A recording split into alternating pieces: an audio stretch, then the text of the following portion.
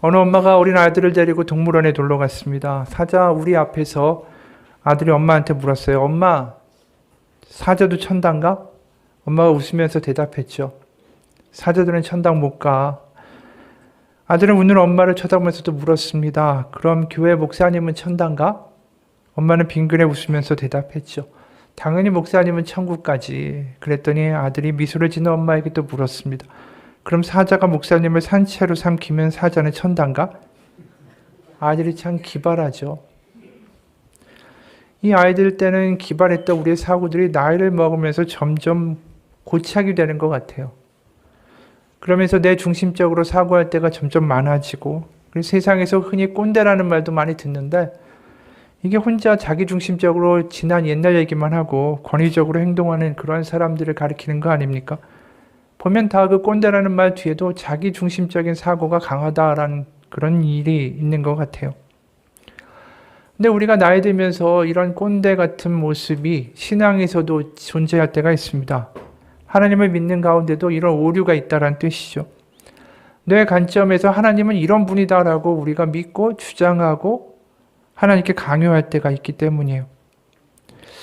그런 오류의 그 많은 이유들이 있겠지만 그 이유들 중에 가장 대표적인 게 뭐냐면 하나님을 어떻게 부르고 이름 붙이는가하고도 관련이 많습니다. 구약의 출애굽기를 보게 되면은 모세가 하나님을 처음 만나게 되고 그 다음에 묻는 첫 번째 질문이 뭐냐면 하나님의 호칭이 뭡니까? 하나님의 이름이 뭡니까? 라고 묻는 대목이 나와요.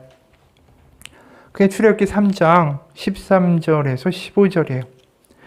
모세가 하나님께 아뢰되 내가 이스라엘 자손에게 가서 이르기를 너의 조상의 하나님이 나를 너에게 보내셨다 하면 그들이 내게 묻기를 그의 이름이 무엇이냐 하리니 내가 무엇이라고 그들에게 말하리이까? 하나님이 모세에게 이르시되 나는 스스로 있는 자이니라. 또 이르시되 너는 이스라엘 자손에게 이같이 이르기를 스스로 있는 자가 나를 너에게 보내셨다 하라. 하나님이 또 모세에게 이르시되 너는 이스라엘 자손에게 이같이 이르기를 너의 조상의 하나님 여호와 곧 아브라함의 하나님 이삭의 하나님 야곱의 하나님께서 나를 너에게 보내셨다 하라. 이는 나의 영원한 이름이요 대대로 기억할 나의 칭호니라. 우리가 분명히 여기서 보게 되면 모세가 하나님의 이름을 뭐라고 백성들에게 알려주어야 되겠습니까? 그랬더니 답이 너무나도 의외예요. 뭐냐면 나는 스스로 있는 자이다. 히브리어에는 사실 시제가 분명하지가 않죠. 그래서 이것을 다르게 해석하면 나는 과거에도 있었고 지금도 있으며 미래에도 있는 자이다. 이렇게 말씀하신 거예요. 분명히 모세는 이름을 물어봤는데 하나님은 그냥 한마디로 말하면 나는 나야. 이렇게 동문서답해 주신 꼴이다라는 거죠. 여기서 생각해 볼 수 있는 건 모세가 왜 애초에 하나님 만나자마자 이름을 물어봤을까라는 거예요. 이들이 지금 이집트에서 노예 생활을 하죠. 수백 년 동안 애굽에서 살았습니다. 거기에 보면 애굽의 문화에서 모든 신들은 다 이름을 가지고 있었죠. 태양이나 바람이나 강이나 바다 같은 사물과 관련된 이름을 가지고 있는 신이거나 아니면 죽음, 아니면 풍요, 이런 병, 이런 삶에 일어나는 일들과 관련된 이름을 떠올리게 해주는 그러한 신의 이름들이 다 있었어요. 그러니까 한마디로 신의 이름은 그 신의 속성을 완전히 알 수 있도록 다 이름 지어져 있었다라는 거죠.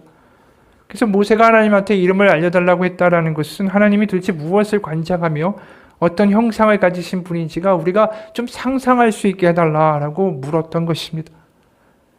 그런데 하나님은 이 사람들이 자신들이 만든 개념이나 형상이나 어떤 형상 가운데 하나님을 구속시키는 것을 지금 거부하고 계시다라는 것을 보게 되는 거죠.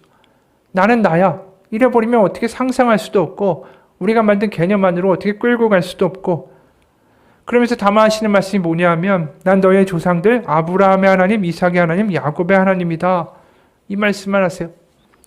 그러니까 너희 조상들이 창세기를 보면 거기에 족장의 역사들이 나오는데 그 삶 가운데 경험하고 고백했던 하나님이 그냥 나야. 이렇게 말씀하실 분이다라는 거죠. 우리는 여기서 분명 하나님의 뜻을 알 수가 있습니다. 우리가 하나님을 규정할 수가 없다라는 거죠.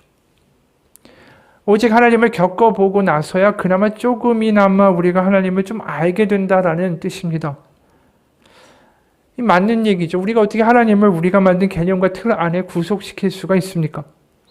우리가 만든 생각이라는 조그만 상자 안에다가 하나님을 어떻게 밀어넣을 수가 있겠어요? 누군가 이런 말 합니다. 내가 하나님을 안다라고 말하는 순간 그 사람은 가짜 하나님을 믿고 있는 것이다 라는 거죠. 여러분, 우리가 한번 생각해 봤으면 좋겠어요. 나한테 한번 질문해 봤으면 좋겠습니다. 나는 도대체 하나님을 어떠한 모습으로 상상하고 하나님 어떤 분이라고 생각하면서 하나님을 믿고 있습니까?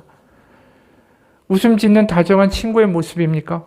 아니면 바쁜 왕의 모습입니까? 아니면 내 소원을 들어주는 자판기 같은 존재로 상상합니까? 아니면 자상한 할아버지의 모습입니까? 아니면 비인격적인 어떤 강력한 힘이거나 아니면 우리의 잘못에 대하여 엄중하게 책임을 물으실 재판장, 심판관의 모습입니까?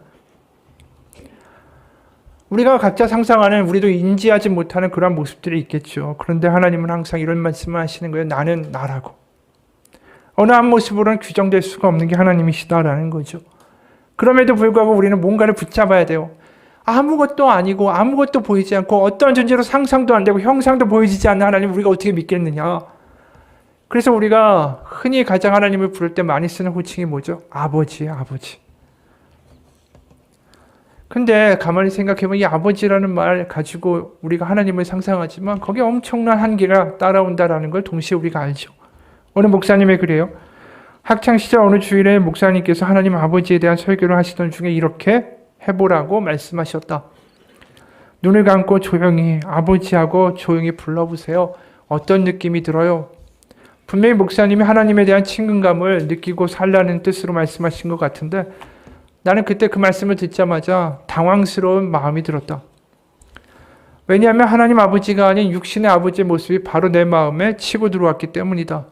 그때는 아버지가 아직 예수를 믿기 전이었는데 내게 떠오른 아버지의 모습은 술 취해서 주정하는 모습, 아픈 나에게 폭언하는 모습, 교회 다니는 것 때문에 밥상을 집어던지는 모습, 그것이었기 때문이다. 그래서 내가 신학교에 입학해서 목회기를 준비하는 과정 가운데도 아버지에 대한 부정적인 감정을 해결하는 게 내가 제일 먼저 해결해야 할 숙제였다. 원수도 사랑해야 할 판인데 아버지에 대한 마음의 분노와 미움의 감정을 지닌 채로 산다는 거, 이거 그리스도인으로도 또 목회자로서도 전혀 합당치 않다라는 생각 때문이었다. 혼자 이렇게 괴로워하며 울며 기도하기를 많이 했다. 그리고 다행히 아버지는 신학교 1학년을 내가 마칠 때쯤에 교회에 나오기 시작하셔서 1년 뒤에 예수님을 영접하고 믿음도 계속 성장해 가셨다. 그리고 성령의 은혜로 내 안에서 아버지에 대한 부정적인 감정이나 분노도 어느 순간 사라졌다. 그러나 아버지와의 관계는 여전히 서먹서먹했다. 그 시대 대부분의 아버지들처럼 자식들에게 무뚝뚝하고 사랑 표현할 줄 모르고 칭찬할 줄 모르던 아버지. 내가 막내였지만 5살 이후로 머리를 쓰다듬어 주거나 안아주거나 하신 기억도 없던 그 아버지는 예수님을 믿어도 여전히 마찬가지였고 그 무뚝뚝함은 돌아가실 때까지 변함이 없으셨다. 아마도 평생을 그렇게 살아왔기 때문에 마음이 있어도 그렇게 표현한다는 게 쑥스럽고 어색했던 것 같기도 했다. 나도 막내 아들인데 그건 마찬가지였다. 아버지에게 애교를 부린다든가 사랑을 표현한다, 사랑한다고 말해본 적이 한 번도 없다. 내가 아버지께 해드린 건 어릴 적 아버지의 욕으로 다리를 밟아드린 것, 그게 전부다. 결국 내 나이 35세 아버지가 쓰러지셔서 5년 후에 돌아가셨는데 그때까지 내 기억에 남을 만한 친근한 감정 표현을 하나도 하지 못했다. 사실 나는 그저 부정적인 분노의 감정 없이 아버지를 대할 수 있다라는 것만으로 난 만족하고 있었는지도 모른다. 한국 사회에서 아버지라는 단어가 가지고 있는 의미가 굉장히 무겁죠. 이 단어를 넘어선다라는 게 신앙에 있어서 굉장히 중요한 문제이기도 해요. 하나님을 아버지라고 부르는 순간에 우리는 그 아버지에 대한, 나의 아버지에 대한 삶의 배경과 과거의 상처 때문에 그 왜곡된 이미지로 하나님을 바라볼 수 있게 된다라는 것입니다. 그래서 어느 목사님이 이런 이야기를 합니다. 경험담을 이야기해요. 우리 교회 한 청년은 하나님께 무엇을 달라고 기도를 잘 못합니다. 특히 자기 자신과 관련된 것일수록 하나님께 구하지를 못합니다. 왜 그런가 물어봤더니 염치가 없다라는 겁니다. 그래서 우리는 모임을 통해서 하나님과 친밀하게 지내면서도 왜 유독 구하는 기도를 잘 하지 못하는 걸까라는 주제로 서로 이야기를 나누고 그러면서 우리가 기도를 좀 오해하고 있다라고 결론을 지었습니다. 하지만 시간이 지난 후에 점점 나중에 알게 된 건 이 청년이 구하는 기도를 못했던 모든 이유는 결국 부모님과의 관계가 하나님과의 이미지에 투영되어 있기 때문이다라는 것을 알게 됐습니다. 그렇죠. 아버지와 부모와의 관계가 문제가 생기니까 이 구하는 것 자체를 잘 못하는 거예요. 부모하고도 그게 잘 안 됐으니까. 하나님의 이미지에 우리의 부모님과의 관계가 투영되어 있다라는 거죠. 그래서 거꾸로 말하면 하나님과의 관계가 문제가 생긴다라는 거, 우리가 부모님과의 과거에 삐뚤어진 왜곡된 이미지와 관계가 있기 때문이다라고도 말할 수 있다라는 겁니다. 나는 진짜 하나님을 만났을까라는 이 제목의 책이 있어요. 아주 인상 깊죠, 제목이. 나는 진짜 하나님을 만났을까? 이 책의 제목은 역설적으로 우리가 만난 건 가짜 하나님 아닌가라고 묻고 있는 거죠. 이 책에서 저자는 우리 마음속에 하나님이 진짜 하나님이 아닐 수도 있다. 충격적인 이야기를 해요. 그 책의 한 대목입니다. 부모와의 애착관계가 그 사람의 정체성, 타인과의 유대감은 물론 하나님과의 관계에도 큰 영향을 미친다. 어린 시절부터 부모나 형제, 선생님, 친구들과의 관계에서 경험된 감정이 쌓여서 우리는 하나님의 이미지를 상상하게 되기 때문이다. 무엇보다 첫 번째 애착 대상이었던 부모와의 관계 가운데 반복되었던 정서적인 느낌이 하나님의 이미지에 고스란히 담겨 있다. 오랫동안 신앙생활을 했어도 하나님을 인격적으로 만나지 못했다면 그동안 외면해온 내 마음속 하나님의 이미지에 대해서 진지하게 한번 생각해 봐야 된다. 내가 하나님과의 거리가 그렇게 친밀하게 느껴지지 않는다면 내가 상상하고 내 마음속에 하나님은 도대체 어떤 존재인가, 그리고 왜 난 자꾸만 그렇게 가지 못하는가에 대한 것들을 한번 생각해 보아야 한다라는 거죠. 그래서 누군가 어떤 분한테 나의 하나님 어떤 분인지 한번 그림으로 그려보자라고 말을 했대요. 그랬더니 그분이 자기를 안고 있는 하나님을 그렸어요. 너무 좋아 보이는 거 아니에요? 은혜롭고. 근데 그 그림을 자세히 보니까 뭔가 하나가 이상한 거예요. 특이점이. 그러니까 자기를, 이 사람을 안고 있는 하나님을 그리긴 그렸는데 하나님의 얼굴이 비어 있는 거예요. 왜 그런가 봤더니 이 사람이 하나님이 자신을 돌보신다, 하나님 사랑하신다 이야기를 많이 들었지만 그 얼굴을, 자기를 정말 사랑하는 사람의 얼굴을 본 기억이 별로 없기 때문에 그 친밀함의 얼굴을 그릴 수가 없었다라는 거죠. 그러니까 하나님의 그 자기를 사랑하는 얼굴의 모습을 그릴 수가 없는 게 상상이 안 되는 거예요. 여러분, 하나님 도대체 나에게는 어떤 분이고 어떤 이미지로 상상이 되십니까? 근데 이 질문이 나에게만 묻고 있는 게 아니에요. 결국 성경의 모든 인물들이 하나님께 물었던 질문이기도 하다라는 거죠. 우리가 이미 본 것처럼 모세도 물었고, 하지만 나는 나다라고 대답하신 것처럼 하나님은 한 이미지나 단어나 말로 규정될 수가 없는 분이죠. 우리가 어떤 단어로 아버지다, 뭐다 이렇게 규정하는 순간에 이미 말한 대로 그 단어하고 관련된 부정된 모든 이미지, 부정적인 이미지와 연관된 이미지들이 다 따라서 고구마 줄기 올라오듯이 같이 올라오기 때문이에요. 그래서 하나님은 계속해서 나는 나다라고 말씀하고 계신 거죠. 내가 이해할 수 있는 어떤 모습으로 자꾸 하나님을 규정한다라는 것은 내가 가짜 하나님을 만들고 있다라는 말과 다르지 않다라는 것입니다. 그러니까 이 언어라는 걸로, 단어라는 걸로 하나님을 규정한다는 게 굉장히 문제가 심각한 거예요. 그것은 우리가 신앙뿐이 아니에요. 우리가 어떤 사건을 봐도 그걸 프레임이라고 흔히들 많이 얘기하는데, 예를 들어서 정부에서 범죄와의 이 범죄를 소탕하는 데 있어서 범죄와의 전쟁을 선포한다라고 이야기했다라고 봅시다. 이걸 범죄 소탕이 아니라 범죄를 없애겠다는 게 아니라 전쟁이란 말을 쓰는 순간에 이것은 생사를 갈린 문제고 총력을 매진해야 되는 문제라는 인상을 주는 거죠. 그러니까 경제나 정치나 다른 것보다 무조건 이것부터 제일 먼저 해야 된다. 그리고 이게 전쟁이기 때문에 이 일에 협조하지 않거나 군말을 다는 사람들은 이게 아군이 아니라 적군이니까 무조건 배척해야 된다는 논리를 이어져요.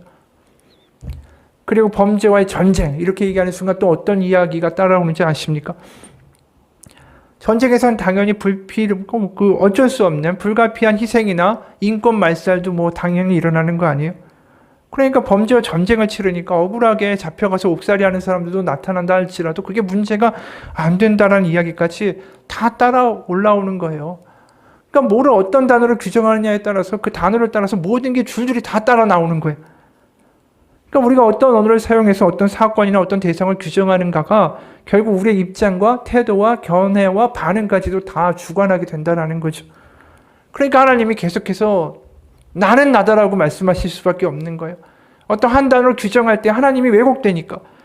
그래서 십계명에서 분명히 이런 말씀하시죠. 너를 위하여 새긴 우상을 만들지 말고 또 위로나 하늘에 있는 것이나 아래로 땅에 있는 것이나 땅 아래 물속에 있는 것에 어떠한 형상도 만들지 말라. 우상을 만드는 순간 연상이 되는 거예요. 상상이 되는 거죠. 우리가 그래서 불교에는 불상이 있고 또 유교 가면 공자의 초상화도 있지만 또 토속신앙을 가게 되면 무슨 물건 같은 걸 다 세워놓고서 숭배하잖아요. 근데 놀라운 거 우리가 믿는 하나님은 어떠한 형상도 없다라는 거예요. 그러다 보니까 하나님을 어떻게 상상하고 어떻게 부르고 어떻게 이미지로 우리가 좀 다가가야 하는가, 이런 문제 때문에 결국은 나타나는 게 뭐죠? 출애굽기 32장에 이스라엘 백성들은 상상 불가한 하나님을 견딜 수가 없는 거예요. 그래서 뭘 만듭니까? 금송아지를 만들죠. 그게 출애굽기 32장 2절부터 6절까지의 말씀이에요. 아론이 그들에게 이르되 너의 아내와 자녀의 귀에서 금고리를 빼어 내게로 가져오라. 모든 백성이 그 귀에서 금고리를 빼어 아론에게로 가져가매 아론이 그들의 손에서 금고리를 받아 부어서 조각칼로 새겨 송아지 형상을 만드니 그들이 말하되 이스라엘아 이는 너희를 애굽 땅에서 인도하여 낸 너희의 신이로다 하는지라. 아론이 보고 그 앞에 제단을 쌓고 이 아론이 공포하여 이르되 내일은 여호와의 절일이니라 하니 이튿날에 그들이 일찍 일어나 번제를 드리며 화목제를 드리고 백성이 앉아서 먹고 마시며 일어나서 뛰놀더라. 그들이 바로 상상할 수 없는 하나님, 그걸 못 견디는 거죠. 자신이 이해 가능한 하나님으로 만들고 싶은 거예요. 그러니까 금송아지를 만들죠. 근데 이 금송아지라는 게 결국 자신들이 애굽에서 보았던 신의 모습, 아피스라는 황소의 신의 모습을 만든 것입니다. 한마디로 결국 뭐냐면 자신들이 이해 가능한 틀과 생각 안으로 하나님을 쑤셔 넣은 거예요. 그리고 애굽 방식의 제사를 드리고 그렇게 제사를 드리면 자신들이 원하는 대로 반응해주는 하나님을 만들어낸 것이죠. 한마디로 자신이 만든 가짜 하나님을 믿고 있는 거예요. 여호와 하나님의 제사를 드린다고 하지만. 여러분, 우리가 이런 모습들을 가질 때가 많습니다. 이런 하나님이 되셔야만 한다. 이런 하나님이 맞다. 그리고 내가 예상한 대로 하나님이 반응하지 아니하면 우리 하나님께 실망했다고 하고 믿음에서 실족하고 교회 안 나오고 하나님을 버리는 일들이 다반사로 일어나죠. 그걸 뭐라고 말하는지 아십니까? 그걸 교만이라고 하는 거예요. 내가 만든 하나님이 맞다. 하나님 이런 모습이 되어야 한다. 내가 만든 상자 안으로 하나님을 쑤셔넣는 일, 그게 교만이라고 부르는 거죠. 그리고 내가 원하는 하나님의 모습으로 되지 않으면 나 하나님을 하나님 대접해주지 못합니다. 이렇게 말하는 거죠. 피터 헨젤라는 신학자 이런 말 합니다. 하나님은 상자 안에 갇혀있기를 원치 않으신다. 우리는 익숙함과 예측 가능성을 잃어버릴까 걱정하는 모종의 두려움을 가지고 있고 그래서 하나님을 우리 마음속에 있는 하나의 형상으로 한정시킨다. 그렇게 우리의 입장을 고수하며 하나님 이래야만 한다라고 우리가 주장할 때에 우리는 하나님보다 내 생각을 더 신뢰하는 것이다. 내가 만든 우상 가짜 하나님에 매달리느냐고 그분을 신뢰하라는 초대를 외면하기가 일수다. 한 이야기를 소개하죠. 한 마을에 큰 홍수가 났대요. 며칠 동안 폭우가 쏟아지니까 집들마저 물에 잠기고 말았습니다. 사람들은 모두 지붕 위로 올라가서 구조대가 오기를 기다렸죠. 그 중에 한 남자는 지붕 위에서 하나님께 간절히 기도를 합니다. 하나님, 하나님을 믿습니다. 저를 살려주시옵소서. 저를 구원해 주시옵소서. 그때 이웃 사람이 통나무를 붙들고 물에 둥둥 떠 있었습니다. 말해요. 어서 이 통나무를 나와 같이 붙잡고 구조대가 올 때까지 기다립시다. 이 사람이 이렇게 얘기하죠. 아닙니다. 전 하나님께서 구해주러 오실 것입니다. 옆집에 저 사람으로부터 구해주십시오. 저 사람부터 구해주십시오. 이렇게 기도했어요. 그리고 그 남자는 또 하나님께 기도했습니다. 그때 보트를 탄 구조대가 나타났죠. 물이 점점 불어나고 있습니다. 조금만 더 있으면 너무 위험합니다. 어서 보트를 타십시오. 아닙니다. 전 하나님께서 구해주실 겁니다. 저는 괜찮으니 저 사람부터 구해주십시오. 구조대는 결국 뒷집 사람을 태우고 멀리 사라졌습니다. 물이 어느새 지붕까지 차올랐죠. 남자는 또 간절한 마음으로 기도합니다. 하나님, 저를 불쌍히 여기시고 제발 살려주시옵소서. 주를 믿습니다. 때마침 머리 위로 밧줄이 하나 내려왔습니다. 구조액이었어요. 구조대에서는 외칩니다. 이 밧줄을 잡고 빨리 올라오십시오. 남자가 뭐라고 대답했냐면 괜찮습니다. 전 하나님께서 구해주러 오실 것을 믿습니다. 저 말고 다른 사람 구해 주십시오. 헬기가 떠나는데 비는 계속 옵니다. 남자는 불어난 물에 휩쓸려서 결국 목숨을 잃고 말았죠. 죽어서 하나님 앞에 간 남자는 하나님을 향해 원망을 풀어놓았습니다. 하나님 왜 저를 구원하러 오지 않으셨습니까? 저는 그렇게 하나님 기다렸는데 저 이렇게 죽었단 말입니다. 그러자 하나님이 이렇게 대답하셨죠. 나는 너에게 통나무도 보냈고 보트도 보냈고 헬기도 보냈다.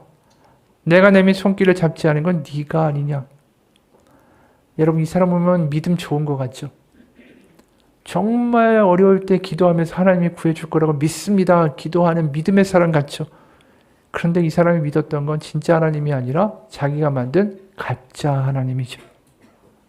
왜냐하면 자기가 원하는 방식으로 하나님은 이래야만 한다라고 주장하고 있기 때문이에요. 여러분 이게 금송아지를 만들고 하나님 이런 하나님이 되셔야만 한다라고 주장하는 이스라엘 백성들과 뭐가 다르겠어요? 하나님 머리 위에 가 있는 거 아닙니까? 우리가 많은 경우에 그래요. 하나님이 수많은 경고를 주세요. 너 이거 하지 마. 이거 위험하다. 사람을 통해서 주변을 통해서 막 이야기하시죠. 그런데 그게 안 들려요. 그러면서 하나님 나는 하나님 복 주시는 거 믿으니까 내가 지금 보이는 게 이게 복이니까 나 일리 갈 거고 하나님이 도와줄 거라고 믿습니다. 그래서 냅다 달려가죠. 그러다가 쫄딱 망해요. 그럼 하나님 왜 그렇습니까? 그럼 하나님이 그러시겠죠. 내가 수없이 너한테 경고했잖니. 우리가 하나님을 믿는다는 건 내가 만든 하나님을 믿는 게 아니에요. 내가 원하는 것을 이루어주는 하나님이 나의 하나님이라고 믿는 것이 아니라는 거예요. 나를 믿는 게 아니라 내가 만든 하나님을 믿는 게 아니라 우리 진짜 하나님을 믿어야 된다는 거죠. 신약에서도 그런 모습이 여실하게 드러나요. 바리새인들이 어떤 하나님을 믿었냐면 자신들이 만든 하나님을 믿은 거예요. 자신들이 만든 하나님은 이래야만 한다라고 쫙 율법으로 나열합니다. 그리고 예수님이 딱 등장하니까 예수님이 자신들이 기대하는 자신들의 기준, 자신들이 말하는 하나님에 걸맞지 않아요. 왜냐하면 절대로 하나님은 죄 많은 세리와 병자와 창기와 함께 밥을 먹어서는 안 되는 하나님이기 때문이에요. 그런 하나님의 사자다, 메시아다. 그게 어떻게 용납이 되겠어요? 그런 하나님은 자신들이 용납할 수가 없는데 자신들이 용납할 수 있는 하나님은 어떤 하나님이냐면 율법을 잘 지키고 자기들처럼 제사와 기도에도 소홀히 없는 그런 사람들을 너무 이뻐하셔야만 하는 하나님이어야만 됩니다. 그런 하나님이 아니니까 용납이 안 되는 거죠. 그럼 바리새인들만 이런 문제를 가지고 있었는가? 아니에요. 제자들도 마찬가지였다라는 거예요. 충격적이죠.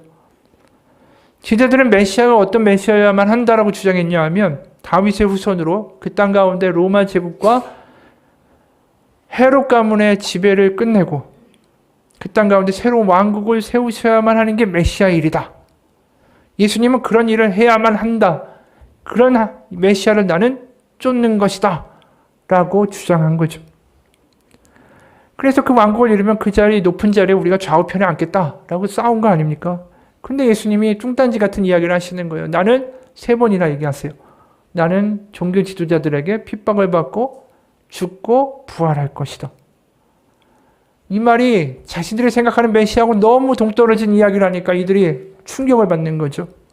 야, 이거 뭔가 내가 생각하는 메시아하고 달라. 내가 믿는 하나님과는 좀 기준이 맞지 않아. 그러니까 바로 가룟 유다가 어떻게 한 거죠? 예수님을 팔아넘기는 거예요. 베드로는 그거보다 조금 낫죠. 예수님이 계속해서 이런 이야기 하세요. 나 죽을 거야. 그러니까 뭐라고 합니까? 마가복음 8장 32절에 이런 말씀이 있어요. 드러내놓고 이 말씀을 하시니 이거 죽는다라는 이야기예요. 베드로가 예수님을 붙들고 항변하며 예수님을 붙들고 항변한다. 여기 항변한다는 단어는 그냥 뭐 이렇게 말씀에 대해서 대꾸한다는 뜻이 아니라 어린아이를 붙잡고 훈계할 때 쓰는 단어예요. 그러니까 이 베드로가 예수님을 붙잡고 흔들면서 정신 차리라고, 정신 나갔냐고, 왜 엉뚱한 소리 하냐고 이랬다라는 것입니다. 그러니까 우리가 성경을 보게 되면 계속해서 하나님을 오해하는 사람들의 이야기가 성경이에요. 결국 자신들이 만든 가짜 하나님을 믿고 있었다라는 거죠. 다. 우리도 마찬가지예요. 유니즌이라는 서울대 아카펠라 그룹이 있어요. 한 20년 넘게 된 것 같은데 맛 잃은 소금이라는 노래를 발표를 했습니다. 그 가사를 소개하죠. 드라마 끝까지 보다 지각 예배, 스포츠 중계 보러 일찍 귀가. 다음 주는 바캉스를 떠나오니 오주여 해변으로 임하소서. 장로님의 기도 때는 낮잠 보충, 목사님의 설교 때는 설교 비판.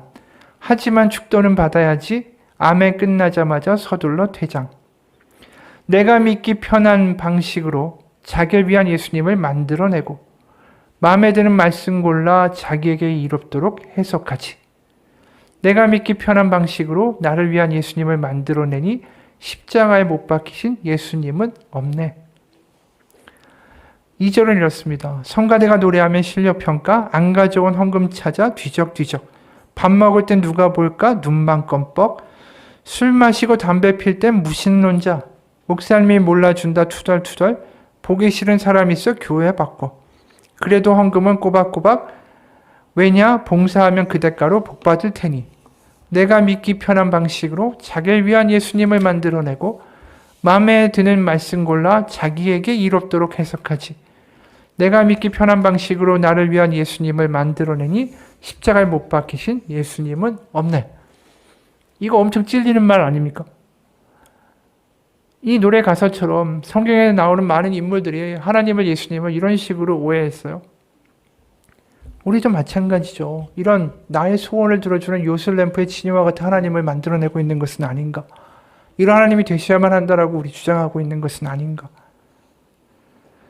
하나님이 이런 사람들의 모습을 보면서 얼마나 답답하시겠어요? 하나님을 믿는다고 하지만 가짜 하나님을 만들어 놓고 거기에 대한 열심을 펼치고 있으니까 하나님이 결국 하시는 말씀이 호세아 4장 1절에서 6절이에요. 호세아 4장 1절과 6절의 말씀입니다. 이스라엘 자손들아 여호와의 말씀을 들으라. 여호와께서 이 땅 주민과 논쟁하시나니 이 땅에는 진실도 없고 인애도 없고 하나님을 아는 지식도 없고 하나님 아는 지식이 없다. 이렇게 얘기해요. 6절에 내 백성이 지식이 없으므로 망하는도다. 이들이 망하는 이유는 뭐냐면 하나님을 오해했기 때문이다. 가짜 하나님을 믿었기 때문이다. 라는 거죠. 그래서 메시아가 예수님이 이 땅에 오셔서 하실 일이 뭐냐 하면 이것이다라고 이사야에서 예언하는 대목이 있어요. 이사야 11장 9절이에요. 내 거룩한 산 모든 곳에서 해됨도 없고 상함도 없을 것이니 이는 물이 바다를 덮은 같이 여호와를 아는 지식이 세상에 충만할 것임이니라. 예수님이 이 땅에 오신 이유가 뭐냐면 여호와를 하나님을 아는 지식이 세상에 충만하게 하기 위하여 오셨다 그랬어요. 우리가 하나님을 상상할 수도 없고 하나님이 어떤 분인지도 모르고 하나님에 대해서 그 형상이나 개념조차 잡을 수가 없을 때 예수님이 오셔서 하나님을 알게 하신다라는 것입니다. 분명히 하나님이 어떠한 존재인지를 우리 예수님을 통해서 알 수 있다라는 말이에요. 우리가 육신의 아버지가 너무나도 무섭고 근엄해서 그 관계들이 다 왜곡되어 있는 사람들, 또 자신의 욕심대로 하나님, 가짜 하나님을 만들고 믿던 사람들, 그런 사람들 앞에 하나님은 이런 분이다라고 우리 가운데 만져보고 목격하고 경험하고 들을 수 있도록 예수님이 이 땅 가운데 오셨다라는 거죠. 이미 이야기한 대로 제자들이 어떤 사람들이에요?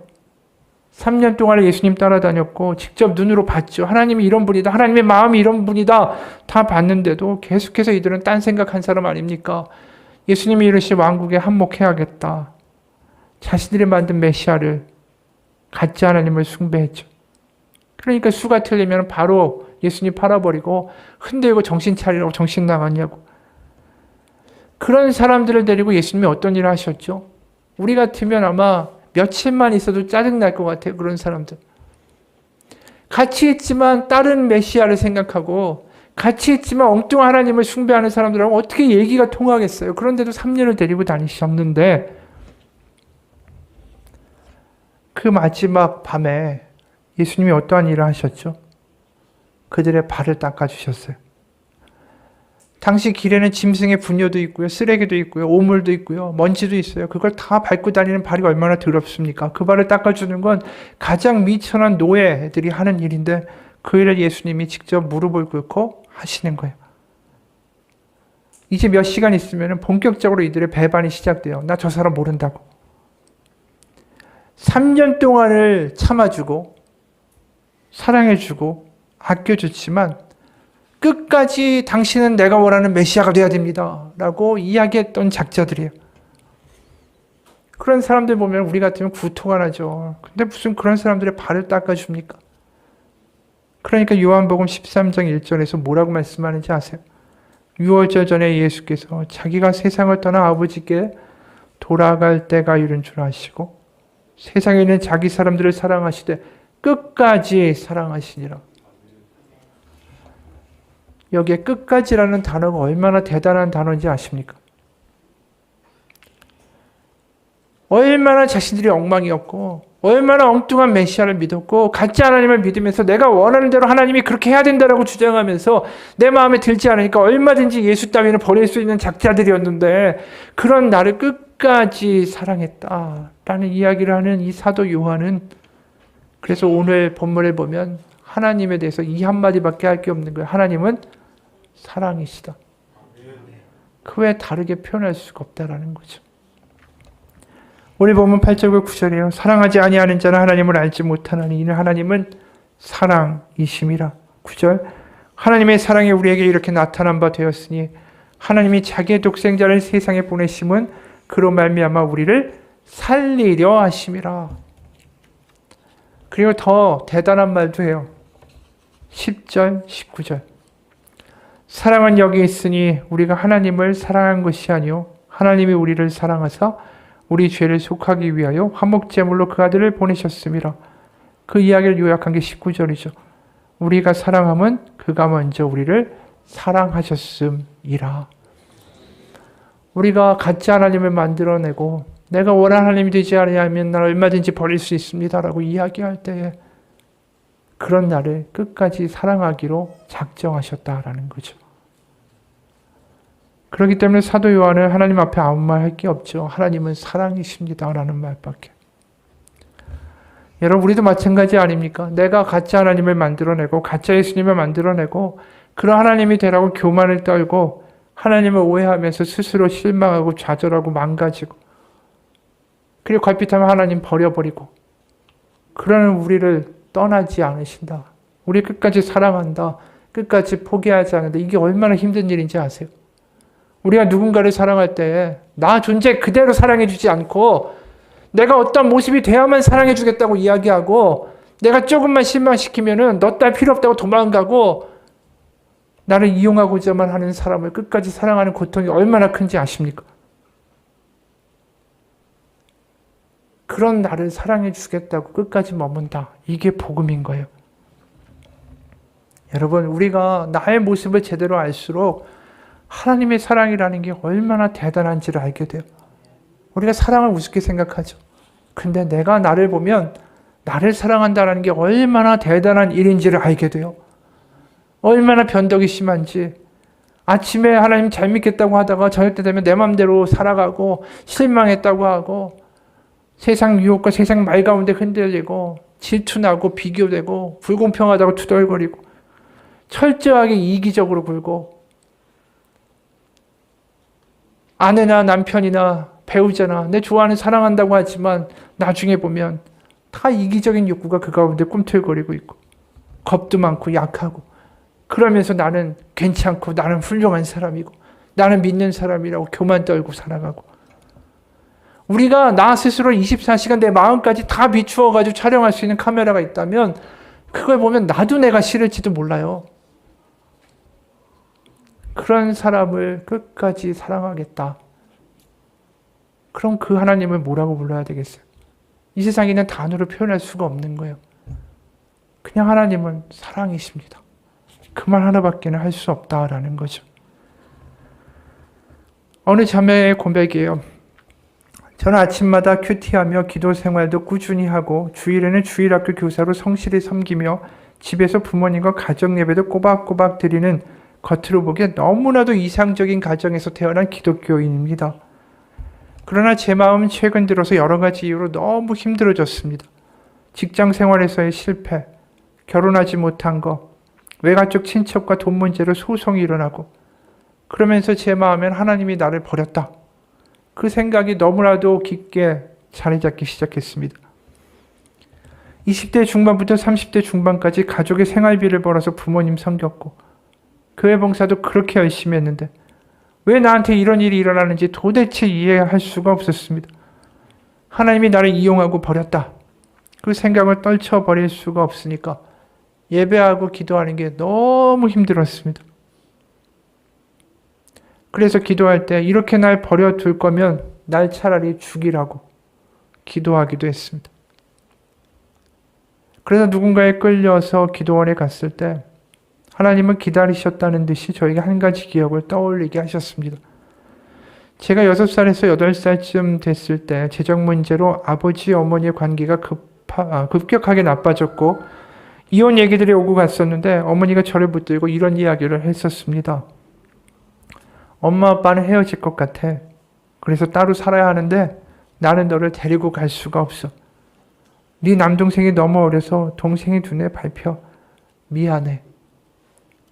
잊고 있었던 기억이었습니다. 하나님이 보여주시지 않았다면 끝까지 생각나지 않을 그런 기억이었습니다. 그 장면을 보면서 좀 깨달았죠.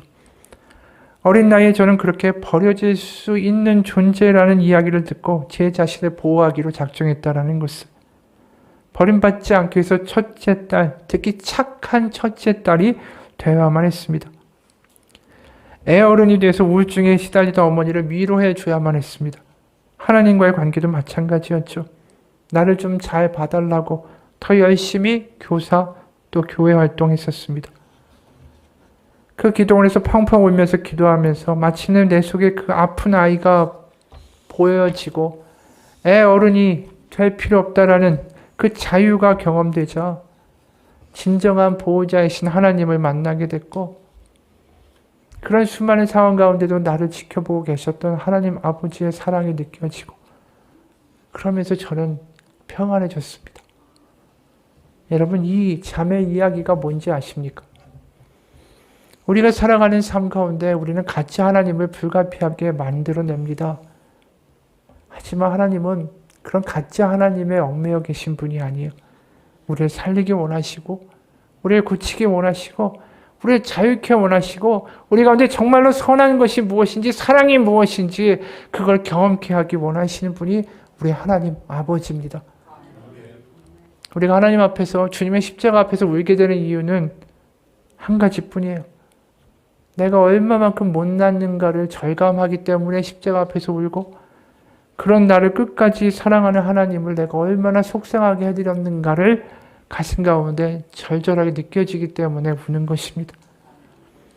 가짜 하나님 만들고 내가 원하는 하나님 되라고 떼쓰고 내가 병들은 건 모르면서 정작 하나님 잘못됐다라고 그렇게 떼쓰며 실망하고 엉뚱하게 달려가던 나를 그렇게 불평하던 나를 끝까지 참아주고 견뎌주고 옆에 있었던 하나님의 모습 가운데 내가 초라해지고 내가 미안해서 우는 거예요. 한 이야기로 마칩니다. 옛날에 어떤 젊은 수도사가 한 성인에게 그리스도인이면 어떻게 살아야 합니까? 라고 물었어요. 그러자 그 성인은 형제의 소명이 무엇입니까? 이 젊은 수도사가 매일 행정 업무를 처리하고요. 수도원에 책을 옮겨 쓰고 음식을 준비하고 설거지를 하는 게 제 사명이고 소명이죠. 그러니까 이 성인이 다시 물었어요. 그것 말고 형제의 진정한 소명이 무엇이라고 생각합니까? 이 수도사가 좀 곰곰이 생각하다가 가난한 자를 돌보는 게 제 소명이라고 생각합니다. 라고 대답했어요. 그때 이 성인이 이렇게 말했어요. 아니요. 형제의 소명은 형제가 얼마나 많은 사랑을 받고 있는지를 아는 것이요. 스스로가 얼마나 많은 사랑을 받고 있는지를 알게 되면 그 형제가 말한 모든 일을 할 수 있는 힘을 허락하시는 분을 믿고 살아갈 수가 있다오. 여러분, 우리는 일로 규정되는 사람이 아니에요. 뭐를 해야만 되는 사람도 아니고 하나님이 사랑이시다라는 것을 우리가 경험하며 살기를 하나님은 원하십니다. 하나님 사랑이십니다. 그 고백이 우리 가운데 절절하게 고백될 수 있을 때 우리는 자유로워질 수 있고 육신의 아버지가 어떠한 분이었든 우리는 상관 않을 수 있고 바로 하나님이 사랑이시다라는 것을 하나님의 성령으로 하나님의 영으로 우리를 붙들고 알게 하시고 경험하게 하실 때 우리는 더 이상 하나님에 대한 다른 설명이 필요 없어요. 여러분, 하나님이 사랑이시다. 이 고백이, 이 말씀이 우리 가운데 절절하게 와닿기를 원합니다. 그것이 우리 가운데 경험되면 때로는 우리가 원하는 대로 되지 않아도 우리는 실망하지 않습니다. 괜찮을 수 있어요. 왜요? 하나님이 날 사랑하니까. 그리고 그분이 나를 향한 선한 계획을 갖고 계시다라는 것을 믿어지기 때문입니다. 하나님이 우리를 사랑하시는 사랑을 우리가 알고 믿었노니 하나님은 사랑이시라. 사랑 안에 거하는 자는 하나님 안에 거하고 하나님도 그 안에 거하시느니라. 우리가 하나님께 실망했다면 이때가 바로 가짜 하나님을 부수어뜨릴 때입니다. 내가 만든 가짜 하나님을 부수고 진짜 하나님을 만나고 지금도 나의 엉뚱하고 교만하고 불평하고 우상 숭배하는 나를 지금도 참고 계시며 붙들기 원하신 하나님을 만나시기를 주님의 이름으로 축원합니다. 같이 기도하겠습니다. 하나님, 우리는 가짜 하나님을 만들어내고 숭배합니다. 그런 하나님이 되어달라고, 그런 하나님이 되셔야만 나는 하나님을 하나님 대접해 주겠다고, 내가 만든 하나님을 믿고 열심내고 기도하고 헌금합니다. 하지만 내가 만든 하나님, 내가 원하는 하나님이 되지 않으면 얼마든지 우리는 그 하나님께 실망할 수 있고 버릴 수 있는 교만한 자입니다. 그런 나를, 그런 얄팍하고 겁 많고 연약하지만 스스로 교만 떨며 괜찮은 척하고 믿는 척하는 우리를 참아내며 끝까지 붙드시는 하나님 앞에 우리는 이 시간 고백합니다. 우리의 마음 문만 열면 우리 안에 이 더럽고 누추하고 엉망이고 뒤죽박죽 되어진 우리 마음의 문을 열면 그 집안으로 들어와 내가 너와 같이 먹고 같이 있으리라 라고 말씀하시는 주님, 그 주님을 이 시간 우리의 마음을 열고 환영합니다. 우리에게 다른 것이 필요한 게 아닙니다. 하나님이 이러한 모습이어야 됩니다. 이래야만 합니다. 내가 원하는 거 들어주십시오. 이 모든 것들 다 뒤로 하고 이 시간 우리가 한 가지만 하나님 앞에 하며 나아가기 원합니다. 우리의 마음을 엽니다. 주님, 우리 안에 오셔서 하나님은 사랑이시다라는 것을 경험케 하시며 나의 더러움과 위선과 아픔과 상처와 고통과 불평과 질투 가운데도 쓰레기와 같은 나의 마음 가운데도 주님 오셔서 함께 하시며 주님을 알게 하시는 역사가 있게 하여 주옵소서. 예수님 이름 받들어 기도합니다. 아멘.